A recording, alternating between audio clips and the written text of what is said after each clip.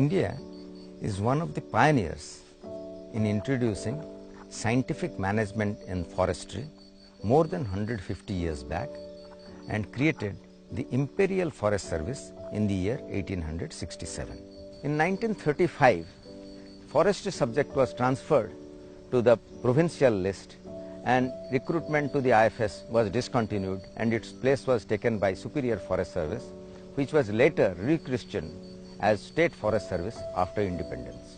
But in 1966, realizing the importance of forestry in the national perspective, Indian Forest Service was created. Today, we are observing the golden jubilee of the IFS in the present form.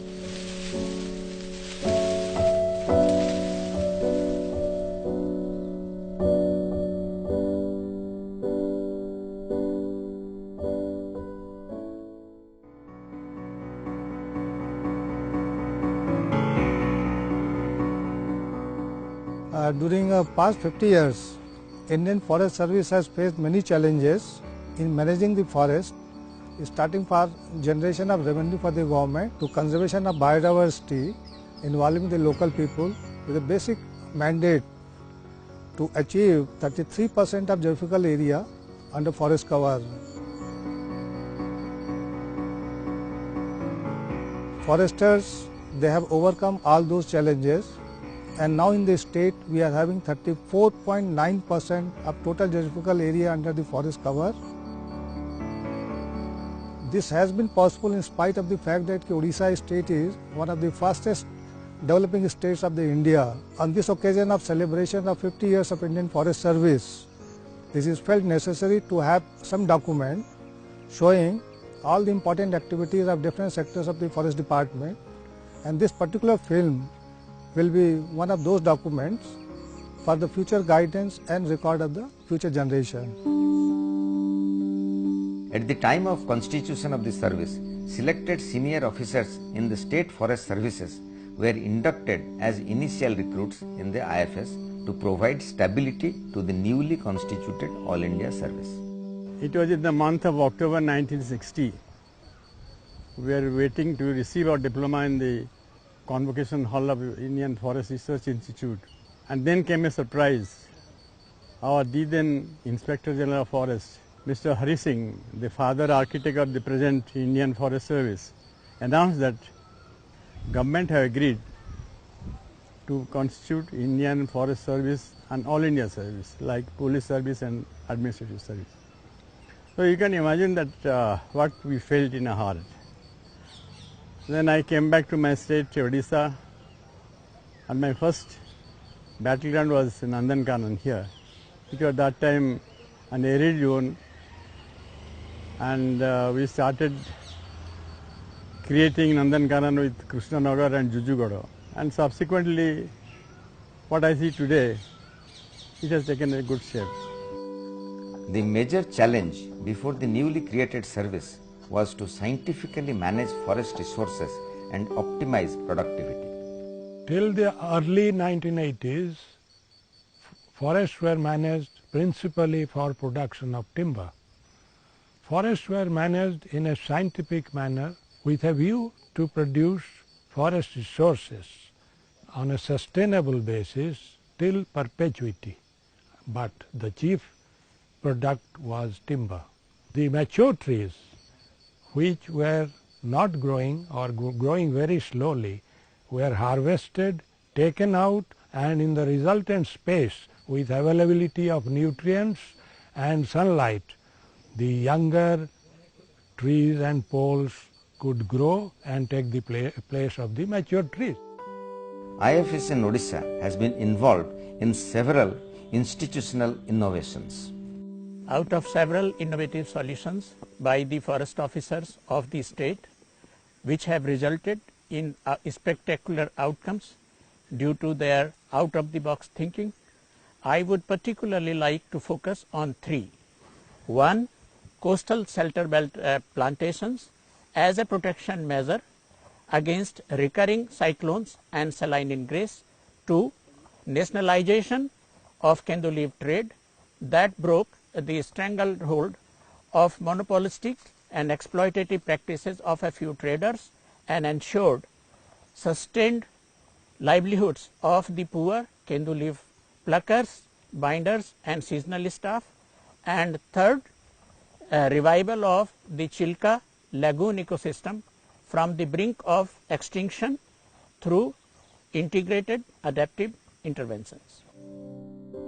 By the time IFS was created, Odisha had already put in place a government-owned forest corporation, first of its kind in the country, to trade in forest produce.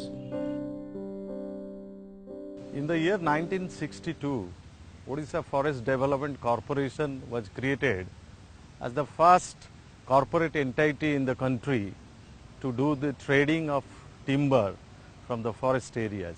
Over the last half a century, with the astute management of the corporation by the IFS officers, it is now poised to be a gold category state PSU in Odisha. It has diversified its portfolio, and from simple timber trading over the year, it has taken off harvesting and sale of bamboos, cashew nuts, rubbers, and several other green initiatives. Enactment of the Wildlife Protection Act in 1972 spelled out the importance of conservation of wildlife. It was a major challenge before the IFS to implement the act and conserve the rich biodiversity in the state. Odisha is blessed with a variety of wildlife resources. Out of that, we have lot of terrestrial animals as well as aquatic animals, and the uniqueness of Odisha is we have all the 3 species of crocodilians found in the country. Our 480 kilometer stretch coastline is very pristine, and we have lot of endangered species inhabiting in the coastline, including the whales, the dolphins, the porpoises, the horseshoe crabs, the red crabs, and the most important is the endangered olive-reedless sea turtles. The future planning of the state and the officials and the department is for relocation of tigers in the tiger deficient areas, the relocation of the vultures, the relocation and the release of ghadials in the natural systems, the increase and the conservation breeding and the release of various species, endangered species like Indian pangolins, mouse deer in the natural area.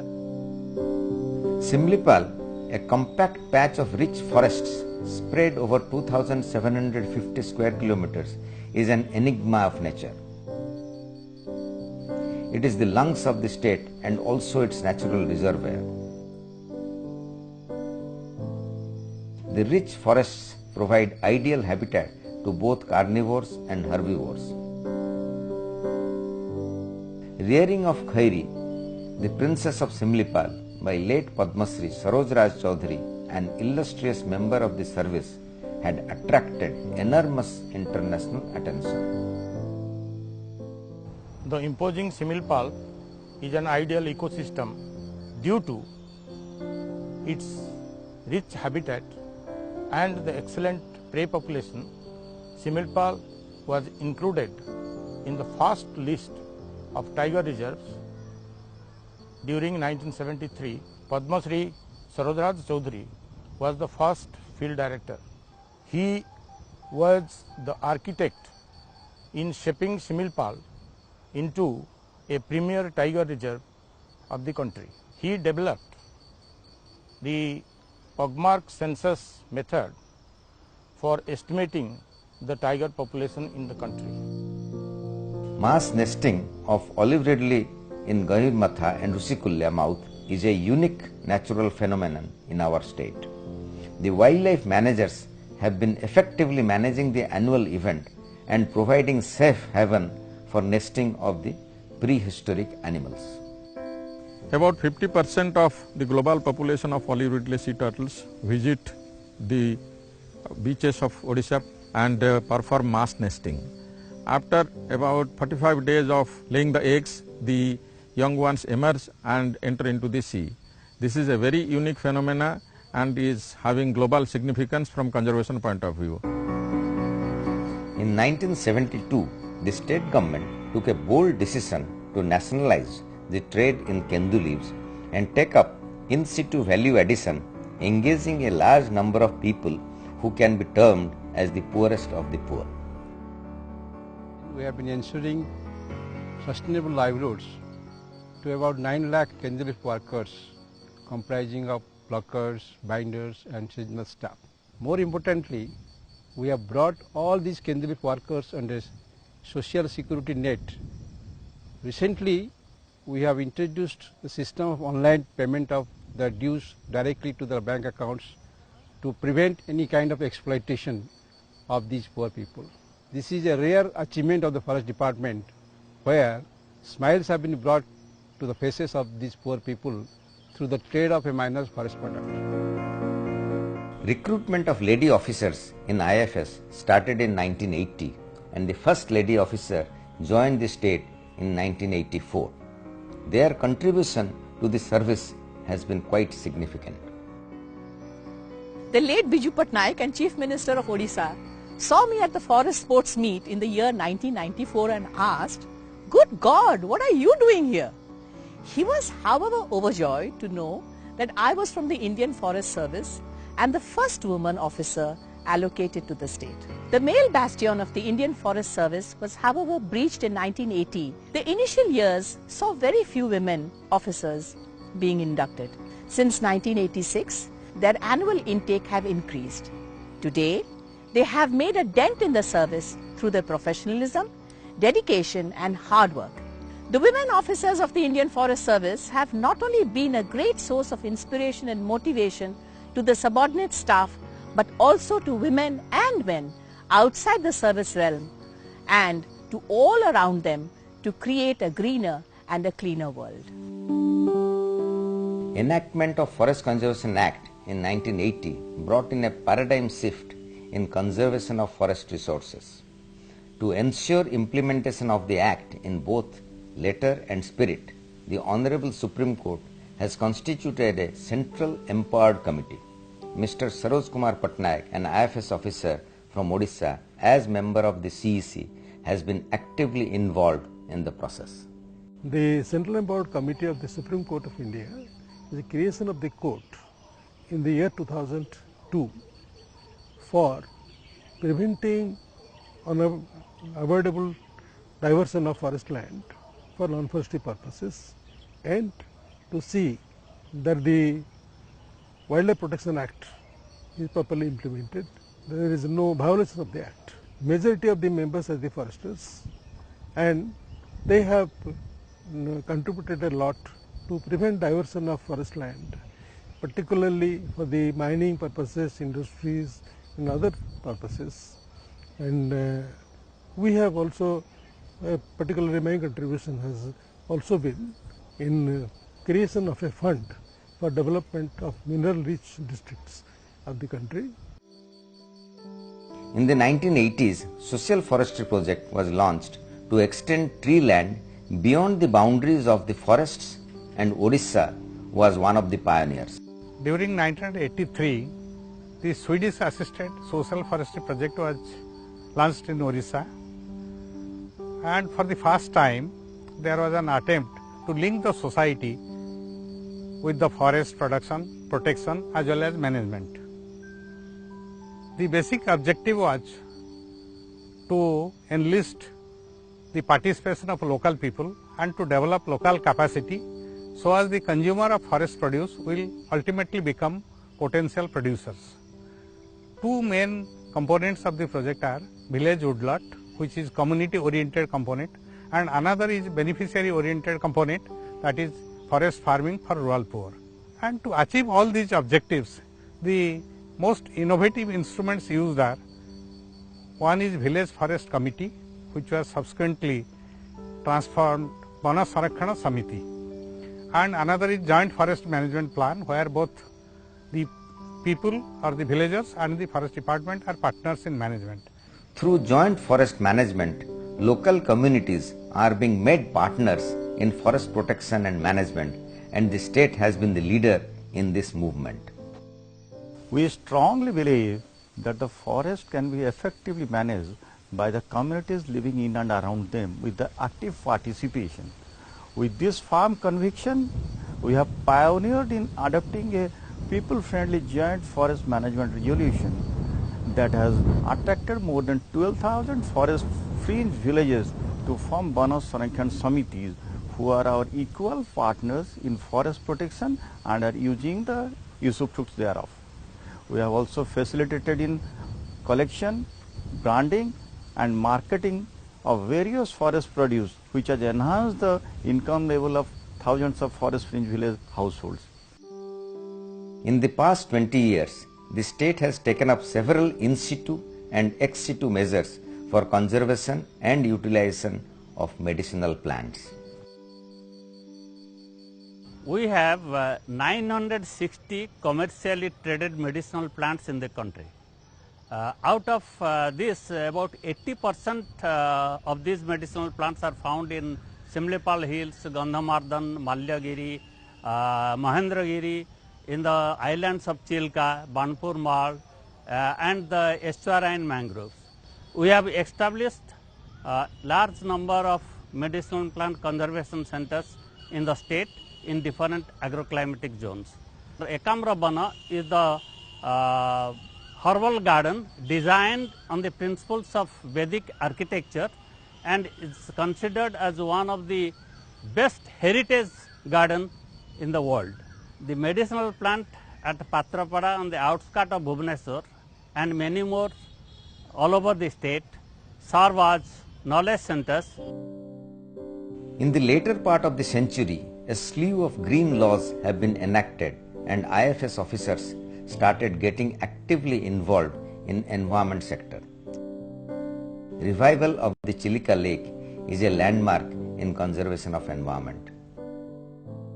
I embarked into the restoration of the lake on workfoot basis. Based on the wide consultation and outcome of the rigorous model studies, a historic and bold hydrological intervention was done in 2023 September, and that changed the entire lake ecosystem. It was basically a new lease of life for the lake.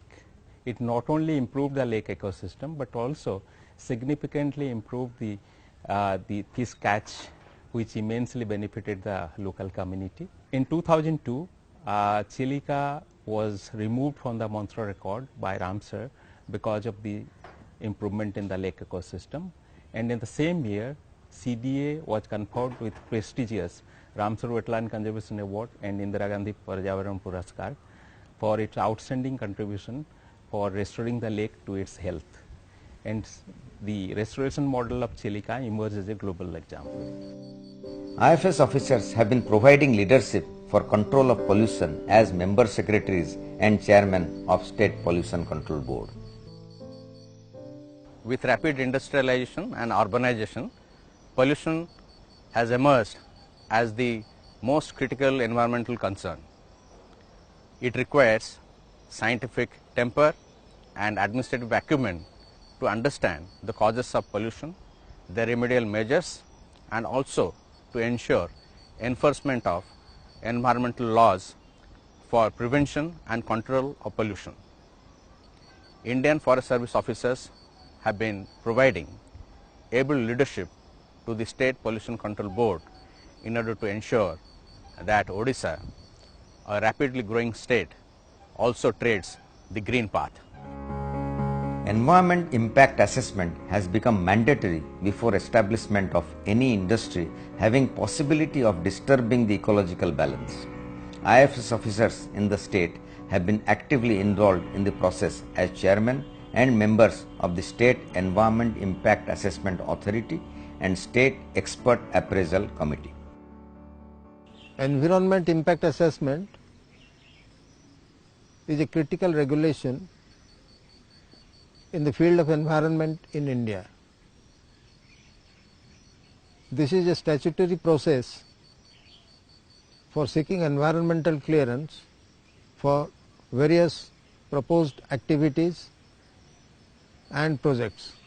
The idea is to anticipate the possible adverse impacts of the proposed activities and to provide for measures for mitigation and containment of those impacts.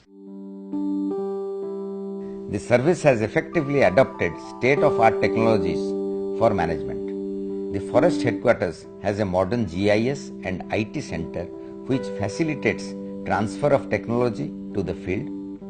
Remote sensing applications for management of resources are coordinated by an IFS officer in the state. In our present day life, we use very high-tech products like smartphones, GPS gadgets, pages. It is at individual level. But when such gadgets is to be used for an enterprise or a department, challenges comes. In Forest Department, we have addressed this challenge by conceptualizing, designing some of our own products on this high technology platform.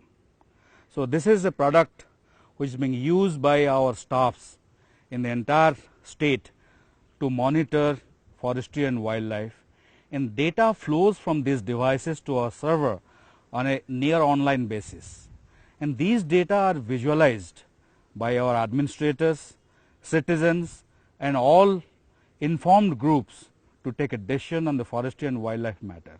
As the head of ORSEC, IFS officers have been facilitating use of remote sensing and GIS for natural forest management in the state.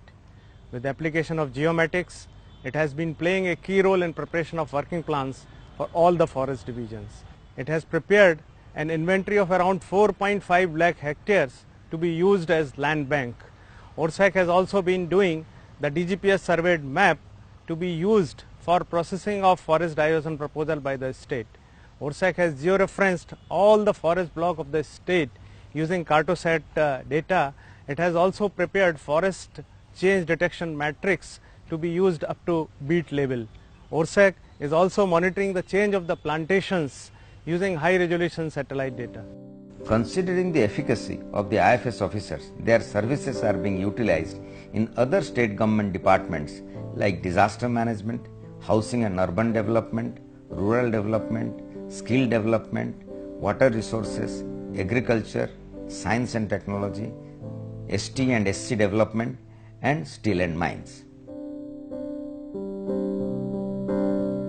Tribal people are generally forest dwellers, and the rich forests of Odisha are symbiotically associated with 62 tribal communities, including 13 vulnerable groups, which is 1/4 of the state's population. We the foresters understand the intrinsic linkage between conservation and strategic development of tribal communities. We have been contributing immensely for their inclusive growth and preservation of their cultural heritage. We not only associate them in management of natural resources, we are also the pioneers in implementation of the Forest Rights Act in the country.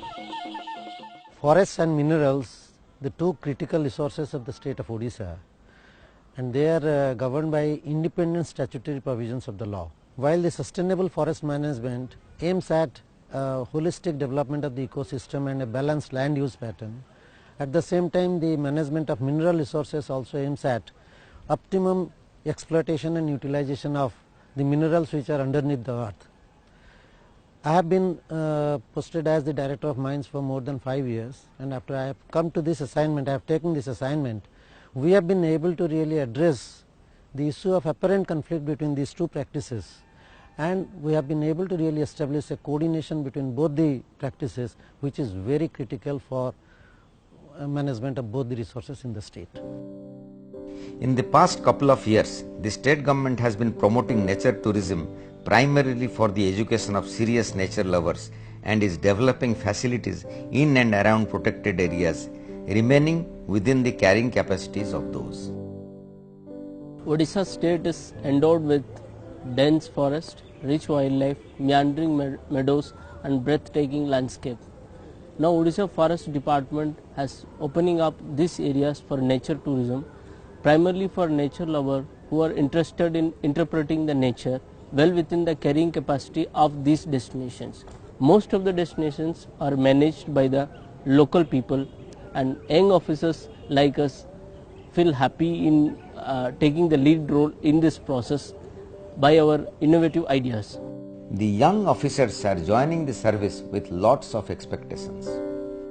They look forward to meet the challenges ahead of them and carry forward the legacy.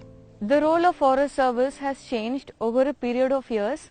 At present, forest officers should have more role in the field of environment and climate change. In this era of sustainable forest management, apart from us being a field manager, every officer should be given an opportunity for specialization in various fields like remote sensing, GIS, wetland management, forest laws and policies, climate change, etc. I also think that for use by new entrants like us, exemplary work already done by IFS officers can be documented and displayed in the forest headquarters. Indian Forest Service has been handling the mandate assigned to it enthusiastically with dedication, sincerity and application of mind over the past 50 years and will continue to do so in future. Compliments coming from legendary Ruskin Bond is quite satisfying. You are the quiet man who don't boast, although you have done much more than most to make this land a sea of green, from here to far Cape Camorin. Without some help to nature's thrust, our land would be a bowl of dust. For land which has no forest wealth, most suffer in its natural health, as herbs and plants all need green cover before they help the sick recover, and we need trees to hold together beasts and birds of every feather, and leaves so that the air stays sweet. All this and more is no mean feat. Dear foresters, you have not toiled for fame or favor. Yours has been a love of labor. Our thanks in a stead of desert sand. You have given us this green and growing land.